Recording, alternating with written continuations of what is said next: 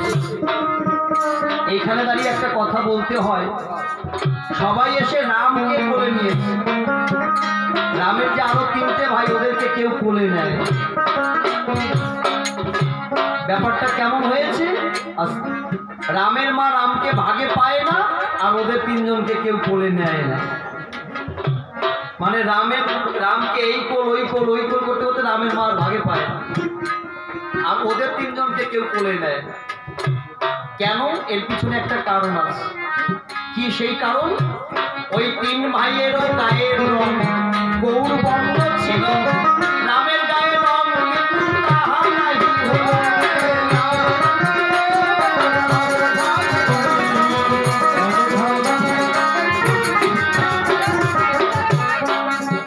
তাই রামচন্দ্রের গায়ের রং কি রং হলো? নীলাভ বর্ণ। ভগবান 3 যুগে অবতার, কলিযুগে অবতীর্ণ। এই জন্য কলিযুগে আমার চৈতন্য মহাপ্রভুর গায়ের রং কিন্তু নীল হয়নি। তিনি গৌর বর্ণ নিয়ে এসেছেন বলে গৌর অঙ্গ থেকে গৌরাঙ্গ। বাংলা ভাষায় ব্যাকরণে যাকে সন্ধি যোগ বলে, গৌর যোগ অঙ্গ, তাই থেকে গৌরাঙ্গ।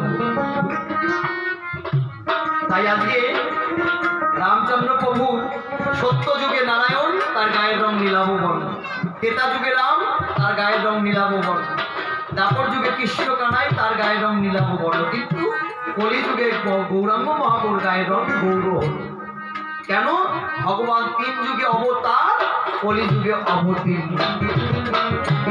এই জন্য 3 যুগে ভগবানের হাতে অস্ত্র ছিল, বা হাতে তার প্রকারের ছিল, কিন্তু কলিযুগে কিছু ছিল না। কেন?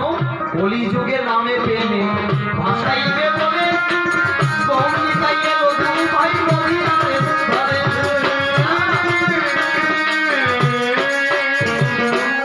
গৌরীতাই 2টি ভাই নদিয়াতে এলো, নামে প্রেমে সবাই ভাষাইয়া দিল। এই নামই হচ্ছে তাদের অস্ত্র, এই নাম হচ্ছে তাদের অস্ত্র।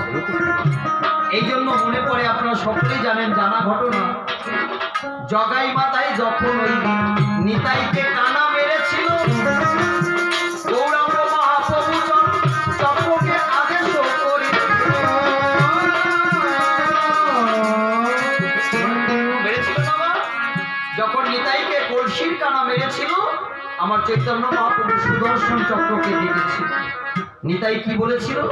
এ ভাই, আমরা তো কলিযুগে তো ধর্ম প্রতিষ্ঠা করবার তবে অস্ত্র ধরতে আসিনি।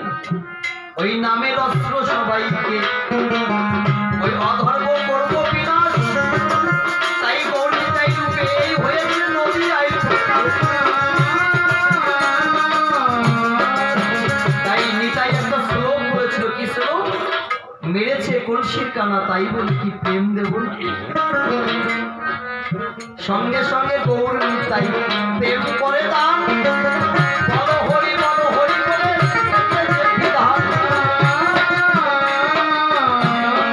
জগাই মাতাই যখন শেখাই হরি নামে করিল, হরি নামে পাপি তাপি উদ্ধারিয়া গেল। তাই সবাই মিলে আমরা কি বলবো? হরে কৃষ্ণ কৃষ্ণ কৃষ্ণ হরে হরে, হরে রাম হরে। আমি আপনি বলবো বায়না নিয়েছি বলে নাকি? হ্যাঁ, না আপনি করেছেন, এদিকে মায়েরা করে। আস্তে আস্তে নিতাই না, কাকা বাবু এক চান্সে করেছে। আচ্ছা, এই যে ওমা তোমরা যে কেন করবো আমি একটু বুঝিয়ে দিয়ে যাই। এই থেকে